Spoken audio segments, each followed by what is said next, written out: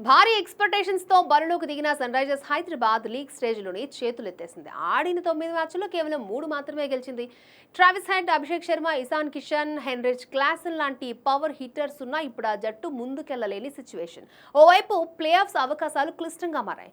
మిగిలిన మ్యాచ్ల్లో విజయాలు సాధించిన రన్ రేటు, మిగతా జట్ల ప్రదర్శనలపై ఆ జట్టు ఆధారపడాల్సిన సిచ్యువేషన్. కానీ ఆ జట్టు ఓనర్ కావ్య మారిన మాత్రం తగ్గేదేలే అంటోంది. ఆటగాళ్లలో నూతన ఉత్సాహం నింపేందుకు సంచలన నిర్ణయాన్ని తీసుకుంది. తమ ఆటగాళ్లను మాల్దీవ్స్ కి పంపించేసింది. చెన్నై సూపర్ కింగ్స్ పై గెలిచిన తర్వాత ఆ ఆటగాళ్లకు కాస్త రెస్ట్ దొరికింది. ఈ టైంలో ప్రాక్టీస్ అలాంటిదేం పెట్టుకోకుండా ఆటగాళ్లను రిలాక్స్ మోడ్ లోకి పంపించేసింది. ప్రస్తుతం ఆరెంజ్ ఆర్మీ మాల్దీవ్ లో సేద తీరుతోంది. మే 2న సన్ రైజర్స్ గుజరాత్తో తలపడనుంది. ఈ మ్యాచ్కి ఒక రోజు ముందు ఆటగాళ్లు ఇక్కడికి వస్తారు.